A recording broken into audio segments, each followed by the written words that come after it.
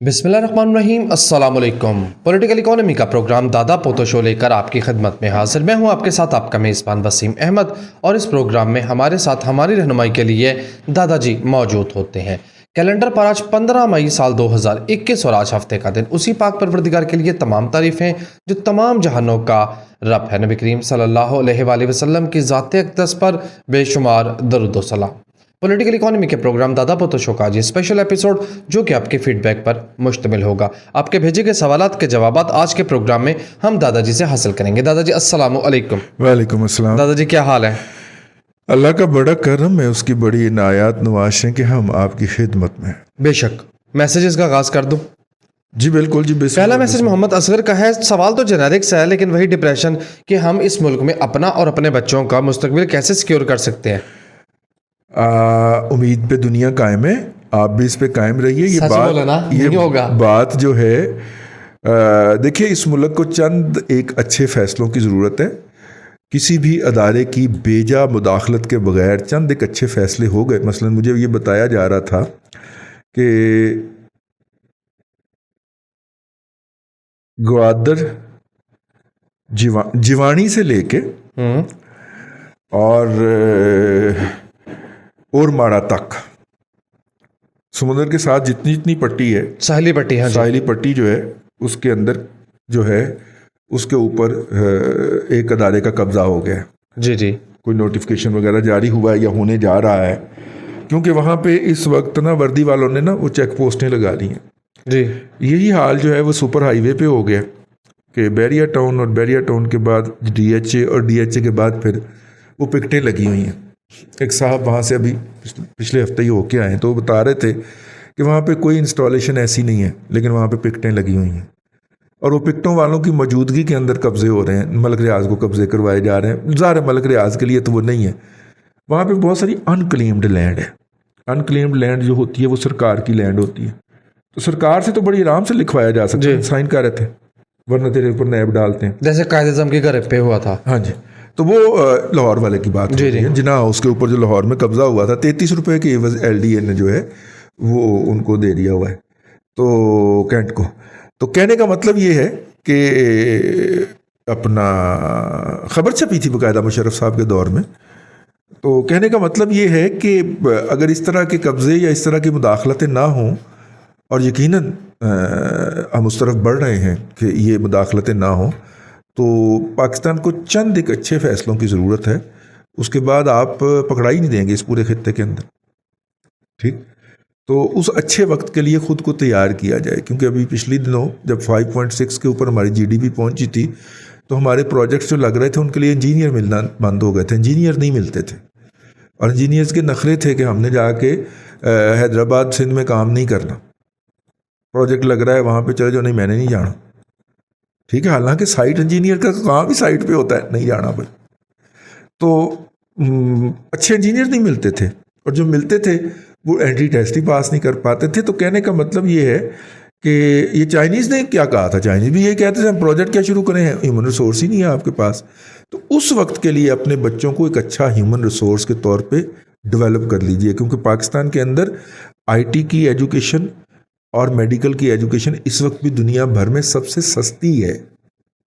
आप एक अच्छे ह्यूमन रिसोर्स के तौर पे बच्चे को डेवलप कर लेंगे तो फिर sky will be the limit.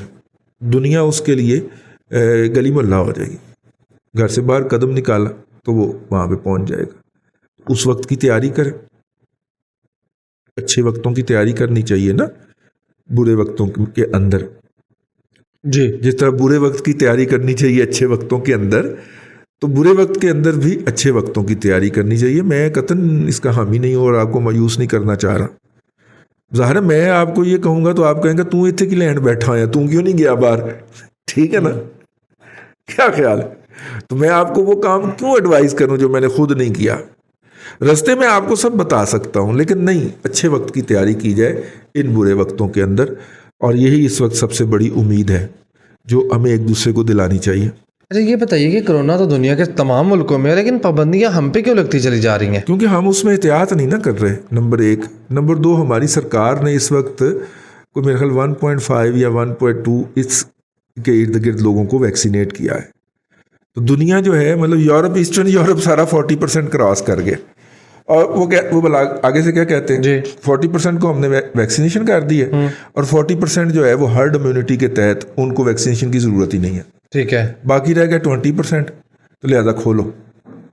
20% के लिए वो एमरजेंसी चला रहे हैं, जुलाई तक वो सब उसको भी कर देंगे वैक्सीनेशन, तो खोल दिया उन्होंने सारा। हाँ यूके भी खुल गया, 21 जून से तो कंप्लीट खुल जाएगा। खुल जाएगा, ठीक है, वो खोलते जा रहे हैं। हमारे यहाँ जब तक मतलूबा मिकदार के अंदर वैक्सीनेशन होगी नहीं कि उसके बाद आगे फिर उसको हर्ड इम्यूनिटी जो है वो खींच के आगे ले जाए, उस वक्त तक कुछ नहीं हो सकता। वो तो 2-3 साल गुजर जाएंगे उसमें, तो इस अमल में इतना टाइम लग जाएगा। खैर अवैस का मैसेज है, कहते हैं दादाजी आजकल बहुत सी ऑर्गेनाइजेशन ऐसी भी बन गई हैं जो ई कॉमर्स, अमेजोन वगैरह की ट्रेनिंग के नाम पे नौजवानों से पैसे ले रही हैं। हालांकि ये तमाम कोर्सेज फ्री हैं, ऑनलाइन पड़े हुए हैं। एक वो वेबसाइट का लिंक हमें भेजा गया था और वो इधर उधर हो गया, और लेकिन ये है कि ये ऑनलाइन फ्री कोर्सेज हैं, दुनिया भर के अंदर दस्तयाब हैं। आप ऑनलाइन ही, और ये पढ़ाएंगे भी आपको ऑनलाइन। इन्होंने वहीं से कागज़ फ़ोटो डाउनलोड किए उन्हें, ठीक है। तो आप खुद वहाँ पे जब पढ़ाने वाला भी जब गोरा है और फिर आप उसको रोक रोक के उसका लेक्चर भी सुन सकते हैं, तो फिर उसकी तरफ क्यों ना जाया जाए? पैसे क्यों देने, इन चवलों की तरफ क्यों जाया जाए? ये आपको उर्दू में लेक्चर देंगे इसलिए, तो इनकी तो बहुत सारी टर्मिनोलॉजी उधर एक्टिव ही नहीं होनी। की ख्याल जी। जाहिद इकबाल पूछते हैं दादाजी वज़राए ख़जाना की लाइन में कहीं नुक्कर पे इसहाक डार साहब तो नहीं खड़े हुए? नहीं, इसहाक डार साहब नहीं खड़े हुए, वो रज पुज गए। उन्होंने कहा मैं जिनियाँ गालां खानियाँ सन खा लिया ने, ठीक है। और लिहाजा मुश्किल होगा जी, मतलब कि वो जो चौधरी शुजात साहब ने बात कही थी ना कि अगर ये 6 महीने तक इन्होंने ठीक ना किया तो यहाँ पे कोई बंदा नहीं मिलेगा जिसको वज़ीर आज़म बना सके। हाँ लोग वज़ीर आज़म बनने के लिए तैयार नहीं होंगे। हम उस लेवल पे पहुँच गए हैं जी। अब इमरान खान अपनी सबसे बड़ी स्ट्रेंथ वाला क्या कहता है कि कोई वज़ीर आज़म बनने को तैयार ही नहीं। वो जो कह रहा होता है कि मेरे अलावा ऑप्शन कोई नहीं है, वो दरअसल ये होता है कि कोई वज़ीर आज़म बनने को तैयार नहीं है। बेइज्जती वाली बात है कि हालात आप उस नहज पे ले आए हैं कि अब वो लोग बहुत ही को खुदकुशी करेगा सियासी तौर पे, या और पीपल्स पार्टी करने पे माइल नज़र आती है हमें, और वो बहुत ही कोई सियासी खुदकुशी करेगा जो इन हालात के अंदर लेगा ये सारे मामला। जी। यासिर ने आज का मैसेज है, कहते हैं दादाजी आपने दादा पोतो शो में बड़े बावसूख ज़राए के हवाले से बताया था कि इमरान खान एहतजाज का चेहरा हो सकता है, इक़्तिदार का नहीं। वो यार ये बात हमें ना ताहिर साहब ने बताई थी। हाँ, गलत कैसे हो गए? ताहिर साहब ने, ठीक है, और हमने आगे प्रोग्राम में बोल दी। फिर उसके बाद फिर हमने मोहम्मद ताहिर साहब की दोबारा कोई बात बोली नहीं है, ना MQM के हवाले से ना इस हवाले से, ठीक है। आप ही भी ये जो है ना वो बार बार ये बात लेके आ जाते हैं। ये मोहम्मद ताहिर साहब का कॉल था और मोहम्मद ताहिर साहब ने एक बहुत बड़े उसको कोट करके कहा था मुझे। अब समझ आइए, मैं कहा इतना बड़ा बंदा है और ताहिर साहब उससे मिल के आए हैं या उसको सुन के आए हैं तो ये कह रहे हैं, तो इसमें कुछ सच्चाई तो होनी चाहिए, ठीक है। तो इससे पता चला कि सच्चाई उनके यहाँ भी ठीक है। बस मोहम्मद इब्राहिम राशिद कहते हैं दादाजी ये फरमाइए कि हुकूमत ने जिस तरह रियल स्टेट सेक्टर को एमनेस्टी दी है, इंडस्ट्रियलाइजेशन के लिए एमनेस्टी क्यों नहीं दे रहे? वो ज़्यादा ज़रूरी है। नहीं, रियल स्टेट सेक्टर के अंदर मैं आपको कैसे समझाऊं कि बरतानिया ने हमें जो रेड लिस्ट में डाला है वो इस रियल स्टेट सेक्टर की वजह से डाला ना कि यहाँ पे ब्लैक मनी घूम रही है। FATF FATF नहीं, ये बरतानिया ने अलग हमारा कच्चा चट्टा खोला है। मैं कह रहा हूँ FATF अलग है मामला, वो अलग है। तो ये है ना, ये इसके ज़रिए हम अपने पैसे वाइट करके ले जा रहे हैं, इसलिए खोला है। इंडस्ट्री के ज़रिए पैसे वाइट थोड़ी होते हैं। 1.5-2 साल लग जाते हैं इंडस्ट्री को इंस्टॉल होने के अंदर, तीसरे साल के बाद जाके वो कहीं ब्रेक इवन पे पहुंचती है और उसके बाद कहीं पैसे जाना। यहाँ पे आया 6 महीने के लिए मकान खरीदा, मकान खरीद के बेचा, भले 1 करोड़ मतलब के 10-15-20 लाख लॉस पे ही बेच लिया। उसके बाद स्टेट बैंक ऑफ पाकिस्तान के दिवाले हो गए, को जी घर बेचे बाजी ने पैसे कल देने उत्थे दो पाउंड ले गए यहाँ से। वो कहते हैं हमारे यहाँ से जो पैसा जो है वो जो ब्लैक पैसा होता है वो वहाँ पे जाके वाइट होके वापस आ जाता है। तो बंद करें पाकिस्तान।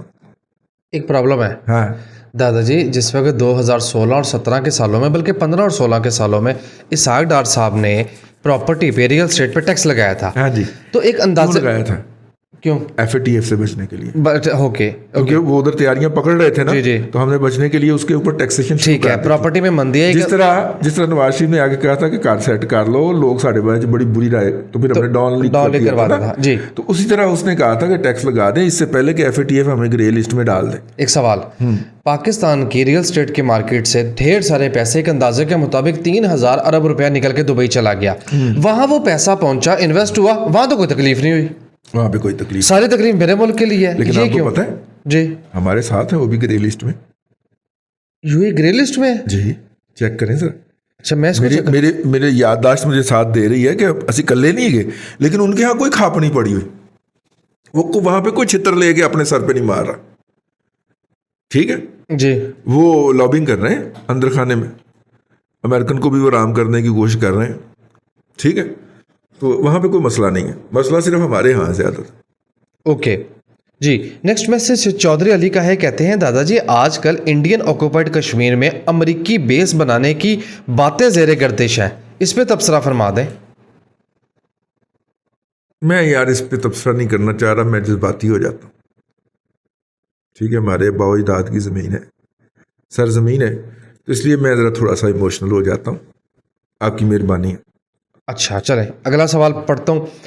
हुसैन अली ने लिखा कि हैस्कोल के सकूक को आपने लफ्ज़ डिफ़ॉल्ट इस्तेमाल किया, वो डिफ़ॉल्टर लिस्ट है। आपने पूछा ये क्या होता है, जवाबन अर्ज़ है किसी शेयर की या किसी इंस्ट्रूमेंट की परफॉर्मेंस बहुत बुरी हो जाए और मुसलसल बुरी रहे तो स्टॉक एक्सचेंज उसको डिफ़ॉल्टर सेगमेंट में डाल देता है। मज़ीद ये कि उस इदारे की तरफ से अगर रिक्वायरमेंट्स भी पूरी ना की जा रही हों। हाँ, बेसिकली उसे डिफ़ॉल्टर लिस्ट में नॉर्मली इसलिए डाला जाता है कि लिस्टिंग की एक फ़ीस होती है सालाना कंपनी को जो अदा करनी पड़ती है स्टॉक एक्सचेंज को। अगर वो 1, 2 या 3 साल वो फीस, मतलब एक टाइम होता है, मतलब 2 साल के बाद वो कहते हैं कि पैन फीस दो, अगर वो फीस ना दें तो वो उसको डिफ़ॉल्ट काउंटर में डाल देते हैं, ठीक है। जनाब लिमिटेड जो है वो भी इसी काउंटर में था और फिर उन्होंने फिर भी फीस नहीं दी, उन्होंने डी लिस्ट कर दिया, उन्होंने कहा कर दो। अब डी लिस्ट करने के बाद क्या होता है, डी लिस्ट करने के बाद ये होता है कि शेयर होल्डर बेचारे टके टोकरी हो जाते हैं, उनके पास जो शेयर पड़े होते हैं वो कागज़ के हो जाते हैं, वो कागज़ हो जाते हैं, बच्चे खेलते फिरें इससे। ये जो झील पाक सीमेंट है इसका भी यही केस है, ठीक है। ये जब भी कल को कोई लगना ये फलूक ही है झील पाक या चनाब, लेकिन वो लिस्ट नहीं है अब। जी, एमटेक्स को देख लें, एमटेक्स को देख लें, उसके बाद ये दीवान वालों का फाइबर देख लें। भी ये हराम खोर बिजनेसमैन होते हैं ना जिन्होंने 2 नंबर पैसों से कंपनी खड़ी करके स्टॉक मार्केट में लिस्ट करवाई होती है, वो खुद जानबूझ के डिफॉल्ट कर जाते हैं, शेयर होल्डर पूछ ही नहीं सकता। अब फर्ज करें आपके पास 1 लाख शेयर है जी, जो हमने 25,000 का खरीदा था क्योंकि 25 पैसे का शेयर हो गया था। अब आप अपने 25,000 के लिए 2 लाख का वकील करके अदालत में जाने से तो रहे, तो इसलिए वो बच जाते हैं। उन्हें पता होता है कि ये इतने लोग बिखरे हुए हैं कि इन्होंने कुछ भी नहीं कर सकना हमारा। कंपनी तो वकीलों की टीम रखी होती है ना, वो आएंगे तारीख लेके चले जाएंगे, आपका वकील जो है वो तीसरी तारीख तक ही आपको फावा कर देगा। और फाइनेंशियल क्राइम्स के जो वकील होते हैं वो तो फीसें भी बहुत लेते हैं, ऐसे ही है। तो इसका फ़ायदा उठा के ना ये जितने भी हरामखोर बिजनेसमैन हैं जो लिस्ट करवाते हैं अपनी कंपनियों को और फिर डिफ़ॉल्ट करके साइड पे हो जाते हैं आपका और मेरा पैसा समेट के, ये लीगल फ्रॉड है और इस पे स्टॉक मार्केट के लॉज के अंदर जो है वो बाकायदा तरमीम होनी चाहिए। ये कोई बात नहीं है कि आपने डिफ़ॉल्ट करके उसको डी लिस्ट कर दिया और स्टॉक एक्सचेंज जो है ना वो नाता तोता नहीं जी, आपकी क्रेडिबिलिटी पे हमने उसका शेयर खरीदा था ना, ठीक है। आप लिमिटेड गारंटी है ना, गारंटी लिमिटेड है ना, तो भाईजान हमारे पैसे लेके दें उससे, ठीक है ना। आएगा, इस पे भी आ जाएगी कोई ना कोई अमेंडमेंट, कानून आ जाएगा, हम इस पे आवाज उठाते हैं, आप भी आवाज उठाइए कि भाईजान है कि तमाशा होया है। फिर अगर वो कंपनी जो है वो डिफॉल्ट हो गई तो फिर उसको लिक्विडेट करें और हमारे पैसे लेके दें, या वो अपने शेयर बाय बैक करें। कंपनी चल रही होती है, कंपनी चल रही है, कंपनी चली जा रही है, 10-15 हज़ार बंदा भी उत्थे काम करी जा रहा है, 10-15 हज़ार बंदा काम कर रहा है, कंपनी चली जा रही है, अकाउंट उसके नेगेटिव में जी। बड़ सबीले तस्करा मुत्तहिदा अरब अमारात FATF का बाकायदा एक अदद मौजूद मेंबर है, हाँ, ग्रे लिस्ट में नहीं है, लेकिन पिछले दिनों किसी ने मुझे बताया था ग्रे लिस्ट मेरे सामने मौजूद है। हाँ। उसमें यमन, जिम्बाब्वे, पाकिस्तान इस तरह के ममालिक ही हैं बस। पूरी लिस्ट आपके सामने देख लो। यार मैंने पढ़ा है ओ नहीं दादाजी, यू ही कैसे हो गया? मैंने पढ़ा है। मेरा सवाल स्टैंड करता है, वहां 3,000 अरब गया, वहां को किसी को कोई तकलीफ नहीं। यार ये सब बकवास याद है, 3,000 अरब दादाजी नहीं वो नहीं यार। तो यार दादाजी एक ट्रांजैक्शन करोड़ों की होती है, करोड़ प्लस की होती है। कनाल का प्लॉट कहाँ मिलता है करोड़ यार का? हमारे सोसाइटी के अंदर ये है कि मोहल्ले में किसी एक ने कोई गलत हरकत कर दी ना, तो हमने पूरे मोहल्ले के बारे में ही एक तासुर बना लिया। ठीक है ना। ऐस गली की कुड़ी नस गई सी, वो पूरी गली के बारे में तासुर बन गई। ओके, तेरे वर्गे खाम खा गली के चक्कर लगाने शुरू हो गए, कोई साड़ा भी चांस बन सकता है। चलो 3,000 अरब ना 100 अरब चला गया। 100 अरब भी नहीं गया। हाँ गया ये। यार आप समझते तो हैं, पाकिस्तान के अंदर हर बिजनेसमैन जो है उसने छुट्टियां गुजारने दुबई जाना होता है, तो वहां पे जाके होटल में या किराए पे एक फ्लैट जरूरी है, एक फ्लैट जरूरी है। ठीक है, ताकि दोस्त बाप को भी, दादे वर्गे को भी लोग जाने लगे। तो यार ये अगर रहने का कोई मसला हो तो अपना फ्लैट है वहां पे, ये कहने के लिए भी जरूरी होता है। और टोर भी तो जरूरी। 40-50 करोड़ रुपए की पार्टी आप हो गए हैं, तो 1-8 करोड़ का, 1.5-2 करोड़ का वहां पे फ्लैट लेने में कोई हर्ज नहीं है। ठीक है ना। हाँ जी। नेक्स्ट मैसेज तैयब जैन का है। ये स्टूडेंट और कंप्यूटर साइंसेस पढ़ रहे हैं, कहते हैं 1 मिलियन से 10 मिलियन तक की इन्वेस्टमेंट पाकिस्तान में क्या मिलना पॉसिबल है? यार ये जो है ना हमारा इंक्यूबेटर सेंटर अरफा करीम टावर वाला जी, उनकी मैनेजमेंट में अगर उन्होंने वो काम बंद नहीं कर दिए हुए, तानिया गुगल अली आगे वैसे काफ़ी बेड़ा गर्क करके गई है इस तरह के इदारों का, लेकिन अगर उन्हें कर नहीं दिए हुए तो वो देते हैं इंक्यूबेशन के लिए। बस आपको उन्हें सेटिस्फाई करना होता है कि आपका प्रोजेक्ट जो है वो वर्केबल है। वो प्रेजेंटेशन तो आप समझते हैं ना, है वहाँ पे सिस्टम जी। वो तो इससे ज़्यादा आपको वो फैसिलिटेशन की सूरत में देते हैं।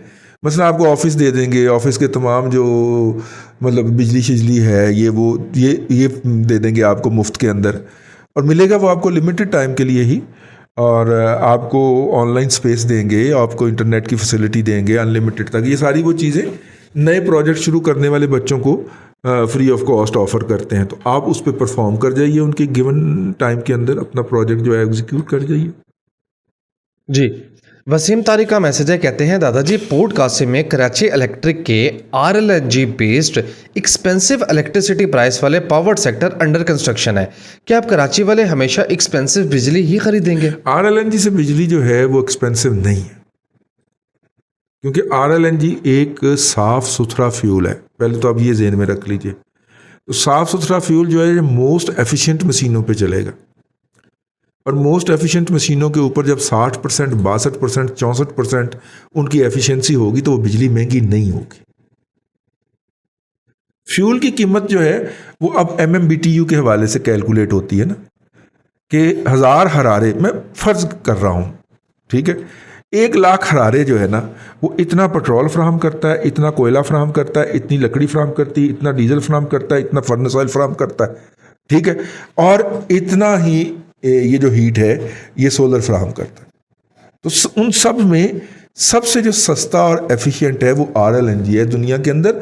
इसे फ्यूचर का फ्यूल भी कहा जाता है। ये फॉसल फ्यूल को यानी कि पेट्रोल को रिप्लेस करेगा दुनिया के अंदर, ये कहा जा रहा है। ऐसी सूरत के अंदर आपका ये बात मैं नहीं मान सकता कि RLNG से बनाई गई बिजली महंगी है। ये तासुर फैलाया जा रहा है, और ये तासुर क्यों फैलाया जा रहा है? ये यूथिया मजहूल कौमल जाहिलिया लिल अकल लिल महदूद की तरफ से फैलाया जा रहा है, क्योंकि शहबाज शरीफ ने RLNG के प्लांट लगा लिए थे। RLNG की बिजली बिल्कुल महंगी नहीं है, ये सस्ते तरीन फ्यूल में अगर एफिशिएंसी के हवाले से देखा जाए, जहां पे कोयले का 1 किलो पड़ना है वहां पे RLNG की 1 छटांग पड़ रही है, ये समझ लें आप जी। ठीक है ना जी। नेक्स्ट तो अगर आप एफिशिएंट मशीनें लगाते हैं, अब मुझे नहीं पता उन्होंने कौन सी वहां पे टर्बाइनें यूज करनी है, लेकिन और ज़ाहिर है कि दुनिया की लेटेस्ट ही करेंगे ना।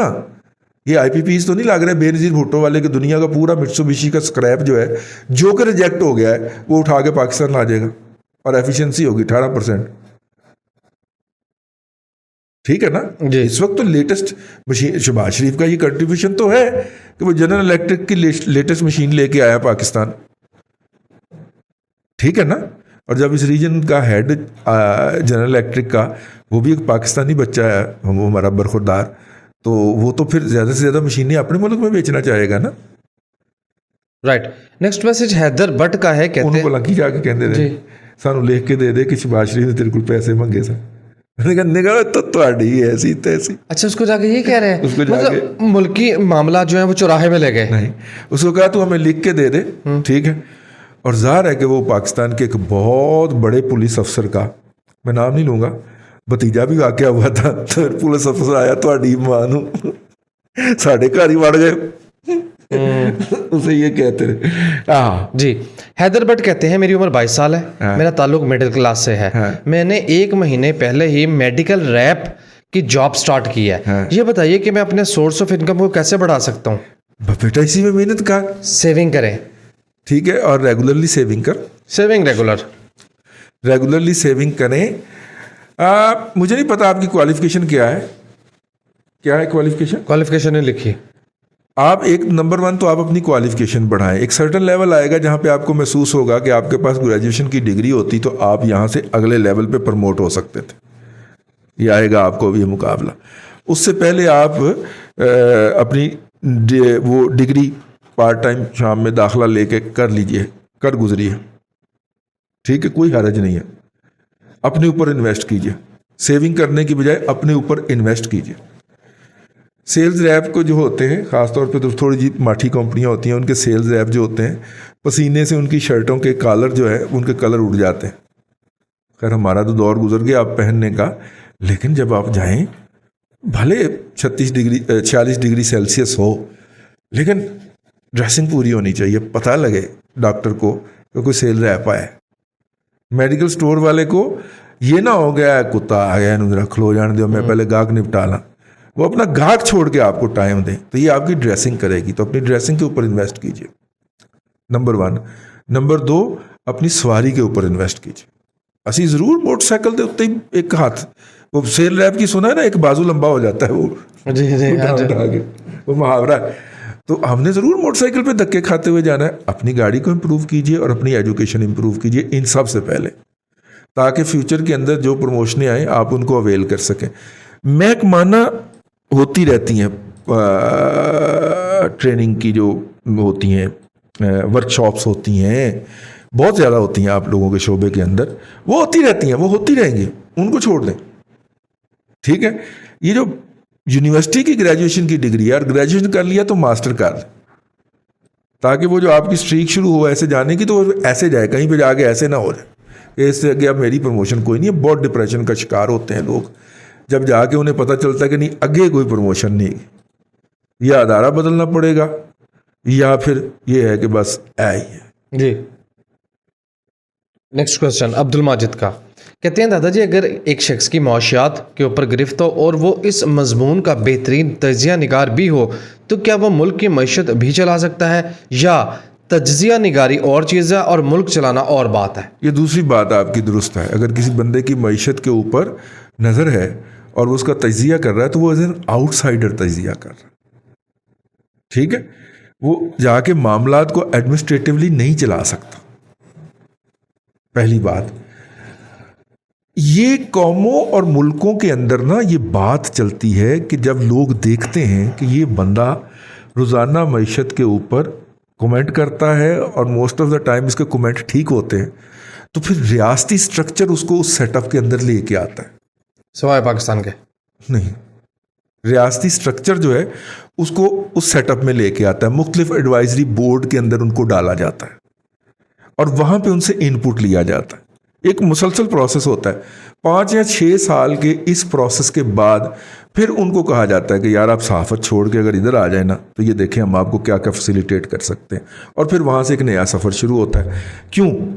इसलिए कि टेक्निकल वो समझ गया होता है, सियासत को वो एज ए जर्नलिस्ट जानता होता है, और इन दोनों का लीथल कम्बिनेशन आपको ब्यूरोक्रेट में से नहीं मिल सकता। ठीक है, बड़ी बात कह गया हूं जी, ब्यूरोक्रेसी में मिलेगा। तो दुनिया के बहुत सारे सहाफ़ी जो हैं उनको उनकी रियासतों ने इस तरह की असाइनमेंट्स दी हैं, ठीक है। 90 की दहाई के अंदर हमारे ऊपर भी पाकिस्तान की रियासत ने ये इन्वेस्टमेंट की थी, मैं आपके सामने एक ज़िंदा मिसाल हूँ। मैं कम से कम 3 मुख्तलिफ सरकारी इदारों की एडवाइजरी ग्रुप के अंदर शामिल था और इस्लामाबाद मेरा हफ्ते में एक चक्कर ज़रूर होता था। एक फलाने की मीटिंग हो रही है, फिर ढमकाने की मीटिंग हो रही है, होटल मिलना होता है, मेरा मतलब है जाके हमने जाके वहाँ पे क़याम फरमाना, तमाम दोस्तों को इकट्ठा कर लेना, आ जाओ सारा कुछ है, फ्री होगा जी है। वहाँ पर दोस्तियाँ जो बनी वो उसकी एक वजह बुनियादी तौर पर यह भी थी। लेकिन उसके बाद फिर हमने कहा कि जनाब ये मुशर्रफ के साथ तो काम नहीं हो सकता। उन्होंने फिर लाइन फेर दी, ठीक है ना। और बेशतर हमारे जर्नलिस्टों के साथ यही होता है, क्योंकि अगर हम फर्ज करें मुशर्रफ साहब के उस सेटअप का हिस्सा बन भी जाते किसी ना किसी लेवल के ऊपर, तो क्या होना था, 3 महीने बाद इख्तलाफ हो जाना था कि सर आप ये क्या कर रहे हैं। और उनके अंदर तो सुनने का ज़रफ भी नहीं होता, ठीक है ना, डाला भेज देंगे। तो इसलिए नहीं, ये जो अच्छी रियासतें होती हैं जिन्होंने अपने मुल्क का, अपने कौम का टैलेंट इस्तेमाल होता है, बाय द वे बेसिक जो मामला फहमी है वो हमारे अंदर है, एट एन एवरेज मौजूद है बेसिक मामला फहमी। होता क्या है, मैं एक एक्सेप्शन हो सकता हूँ, हम 2-3 जो लोग हैं मेरे बैच के जिन्होंने मेरे साथ रिपोर्टिंग कर रखी है वो एक एक्सेप्शन हो सकते हैं, ठीक है हम। लेकिन होता क्या है, नॉर्मली क्या होता है, मैं आपको अगर बताऊं कि 90 की दिहाई में मेरे साथ जितने भी लोग रिपोर्टिंग करते थे, अगर वो 18 थे तो 18 में से 14 लोग जो है वो इस वक्त पाकिस्तान में नहीं है। एक डिपार्टमेंट होता है ना, रिपोर्टिंग डिपार्टमेंट, ठीक है, या आप हाई कोर्ट जाते हैं तो वहाँ पे तमाम 18 के मुख्तलिफ अदारों के लोग आपके पास आते हैं, आप उनसे रोज़ाना मिलते हैं। अच्छा चले, आप कॉमर्स रिपोर्टिंग कर रहे हैं, आप चैम्बर जाते हैं, रोज़ाना वहाँ पे कोई ना कोई इवेंट होता है, आपको और कोई नया 4 यार चैम्बर हो आते हैं, 4-5 बिजनेसमैनों से गपशप हो जाएगी, ठीक है, उनसे कोई नया आइडिया ही मिल जाएगा। आप वहाँ पे जाते हैं, वहाँ पे बाकी इदारों के लोग भी आए होते हैं, तो ये तकरीबन कोई गिनती बनती है, ये 18 से 30 के दरमियान बनती है। तो अगर मैं 90 की दिहाई के अपने 18 उन कोलीग्स को देखता हूँ तो उनमें से 12 पाकिस्तान में इस वक्त नहीं है, सॉरी 14 नहीं है, 2 फौत हो गए, 2 जिंदा है, एक मैं तो एक ताहिर मलिक। अब ताहिर मलिक जो था वो बल्कि ताहिर मलिक को भी इस कैटेगरी में शुमार नहीं करना चाहिए, मसूफ के पास ग्रीन कार्ड है, वो जाके ग्रीन कार्ड लेके वापस तशरीफ लाया हुआ है, ठीक है। मैं शुरू से लेके अब तक नहीं गया, मतलब दुनिया घूमी है, लेकिन कहीं पे कभी भी नीयत में ये फतूर नहीं हुआ कि यहाँ पे रह जाएंगे, यहाँ पे कोई बैठ के तो वर्क परमिट ले लेंगे, ये कर लेंगे वो कर लेंगे, ठीक है। ये अपनी ज़ात का चॉइस हो सकता है, लेकिन बात कहाँ से शुरू हुई थी, तजिया निगारी और चीज़ है। हाँ, लेकिन ये सारे आउटसाइडर थे, ठीक है, उन्हें पता चल गया था, पता तो खैर सानू भी चल गया था कि नहीं ये सोसाइटी जो है ये हमारे लिए नहीं कोई अच्छी अपॉर्चुनिटी प्रोवाइड करती, उन्होंने दूसरी अपॉर्चुनिटी ले ली, अब वहाँ पे खुश हैं, बड़े बड़े मुतमईन हैं, ठीक है ना। ऐसे ठरक के लिए ना कह देते हैं कि यार पाकिस्तान की बड़ी याद आती है, साग और ये और वो, आलू साग और ये सब ड्रामे होते हैं, अपने जो इनर कल्ट होता है ना, ये जो अंदर खला पैदा होता है, और ये खला कब पैदा होता है, जब आप जाके वहाँ पे लोकल सोसाइटी के साथ इंटरेक्ट नहीं करते, ठीक है, फॉर वन रीज़न और द अदर। आप लोकल सोसाइटी के साथ इंटरेक्ट करें, वहाँ पे अमेलगमेट हो जाए, और अमेलगमेट होके, क्योंकि अब आपने वहाँ पे रहना है, आपके बच्चों ने वहाँ पे पढ़ना है, अगर आप अमेलगमेट नहीं होंगे, आपके बच्चे तो होंगे, आप आइसोलेशन में चले जाएंगे, आप फिर पाकिस्तानियों के वीलाग देखेंगे और फ़ोन करेंगे।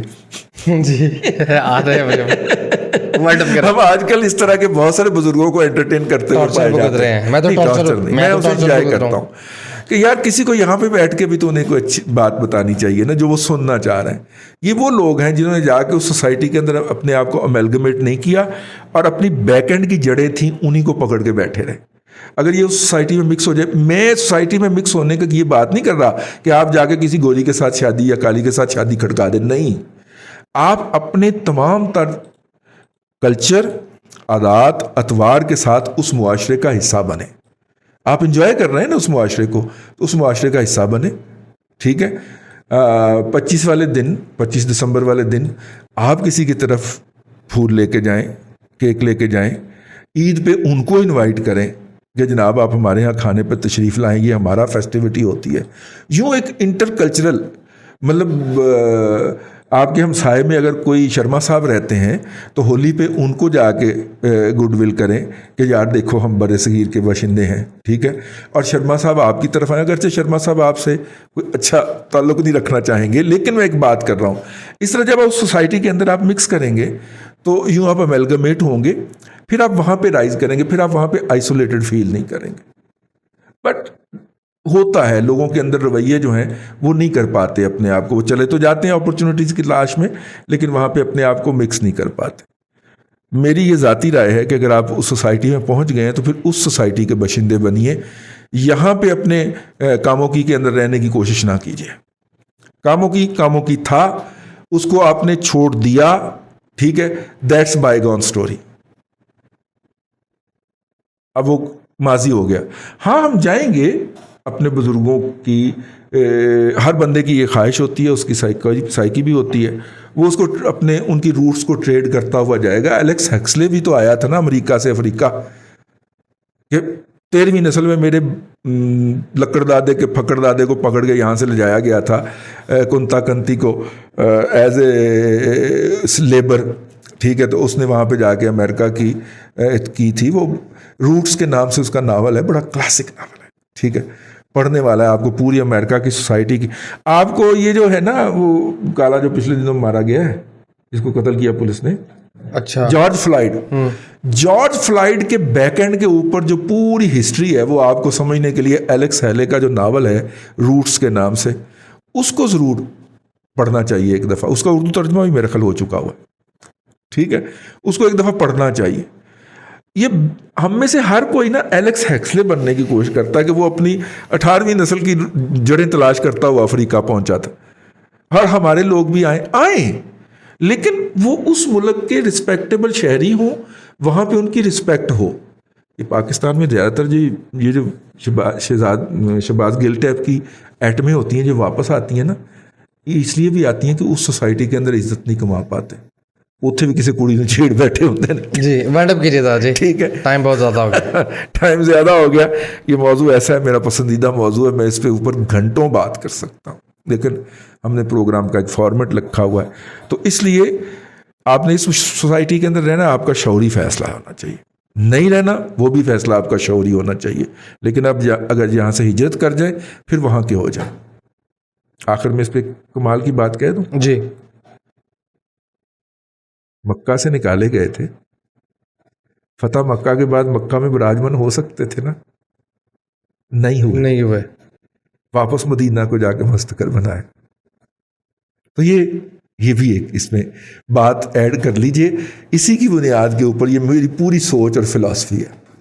अल्लाह आपको आसानियाँ अता करे और आसानियाँ खल्क़े खुदा में तकसीम करने की तौफीक अता। आमीन। दादा जी बहुत शुक्रिया। नाज़रीन कराम, पॉलिटिकल इकोनॉमी का प्रोग्राम दादा पोतो शो और आज का ये स्पेशल एपिसोड जो कि आपके फीडबैक पर मुश्तमिल था, आप देख रहे थे। ये था आज का दादा पोतो शो। अपने मेज़बान वसीम अहमद को दादाजी के साथ इजाज़त दीजिए। इंशाअल्लाह अज़ीज़ आपसे मुलाकात होगी कल तक के लिए अल्लाह हाफ़िज़।